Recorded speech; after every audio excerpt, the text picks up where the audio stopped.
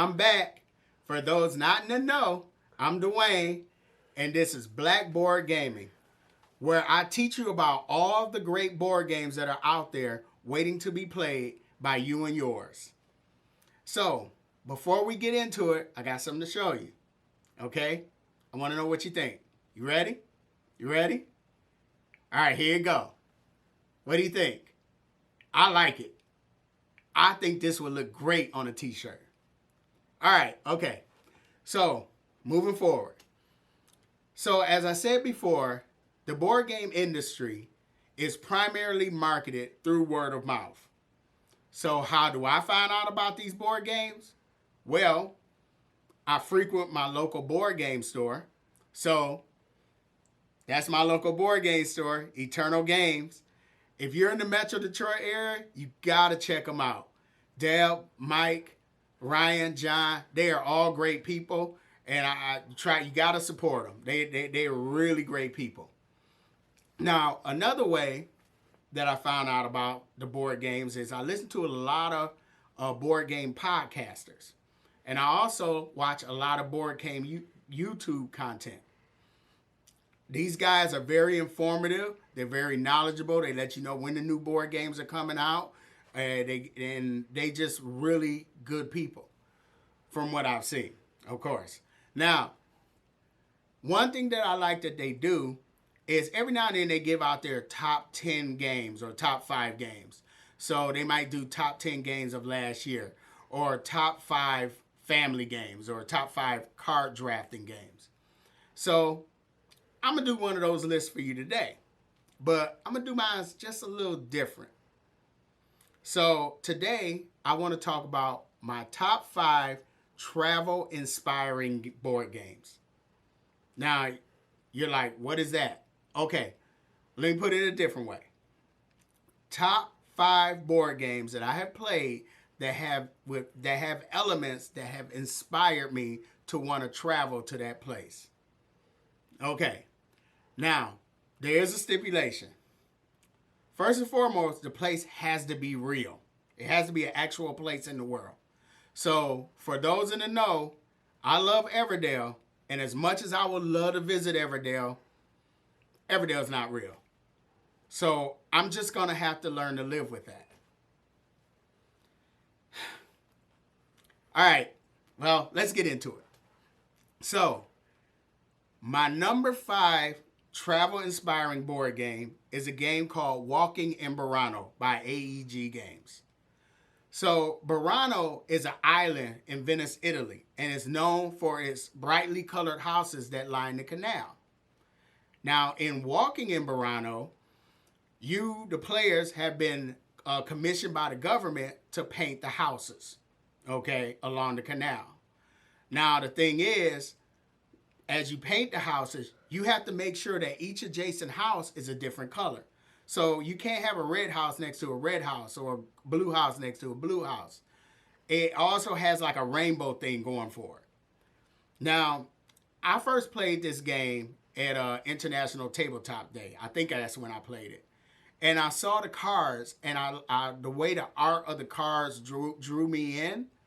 You know, I wondered, like, okay, is this how Burano is in real life? So I pulled up some images on the internet, and I was impressed, like, wow, it is like that in Burano. In fact, if you want to paint your house living in Burano, you have to go through the government, and they tell you what color to paint your house. So I thought that was like really cool, and I was like, man, I would like to see that, the colors of those houses in person. So that's my number 5 game.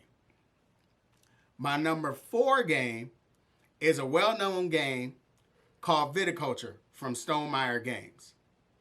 Now, in Viticulture, you, the players, are running a vineyard. So you're giving tours, you're planting grapes, you're harvesting the grapes, you're making it into wine, you're aging the wine in your storehouses, and then you're selling the wine to your consumers. Now, being as someone, I don't drink.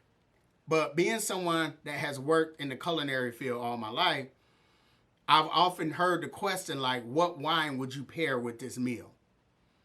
And so I've always been intrigued by the whole process of making wine.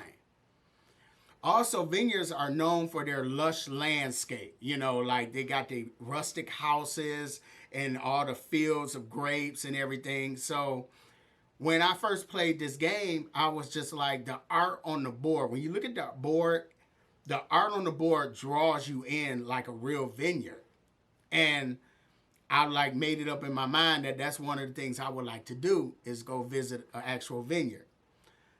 Now, vineyards, Italy is known for their vineyards. Luckily, here in Michigan, there's some great vineyards up in Traverse City. So I'm like, okay, I have the opportunity to go visit a vineyard in the next couple of years. I would like to go visit a vineyard. So that's my number 4 game, Viticulture. So my number 3 game is a game that I recently played with my son-in-law. And that game is called Santorini. Now, Santorini is an island in Greece. And at first, I didn't know that much about Santorini. But then when I saw somebody playing Santorini on the table, and I saw, first of all, it has great table presence. And you see the white plastic building pieces and the blue domes that go on top. And I was like, does Santorini really look like this? Because it looked beautiful on the board. So I pulled up images of Santorini, and I was blown away. I was like, this has to be one of the most beautiful cities in the world. And I would love to go visit Santorini. You know, me and my wife go for a romantic getaway, see the sunrise and sunset and all that. And I just think that would be a wonderful trip to go. And so that's my number 3 game, Santorini. Santorini is made by Roxley Games. Okay. My number 2 game is a game that I discussed before on this channel, and it's called Parks from Keymaster Games. Now, I love our national parks. I love watching videos about our national parks, but I just knew about Yellowstone and Grand Canyon and some others. And so when playing this game, not only did I learn that how many more national parks there are in the world, but also I also saw the art on the cards. So when you look at the art on these cards, you have to give props to the illustrators of this game. They really went out of their way to capture the beauty that is our national parks. And there's one national park, Isle Royale, right here in Michigan. And I'm like, I want to go see that. You know, I would love to go visit our national parks. And it's just a relaxing game. It's a great game to have on the table. And that's my number 2, Parks. Now, my number 1 game is kind of a cheat. You know, Parks almost made number 1, but this one has to be number 1. I've always wanted to go to Japan. I've always been a fan of Japanese culture. Me and my son always watched anime and everything. I love sushi. I've just been really into the Japanese culture. And so when I first got into the board game hobby, one of the first games that I bought was Takaida, and from Funforge Games. So in Takaida, we the players are travelers along the East Sea Road, connecting Kyoto and Edo. And the object of the game is just to do the most stuff. So you're visiting hot springs, you're painting panoramas, you're visiting souvenir shops, you're going to the temple, you're working on the farm to pay your way, you're spending the night at inns and having great food, you know. And the art on the board, just all the components of this game just really draws you in.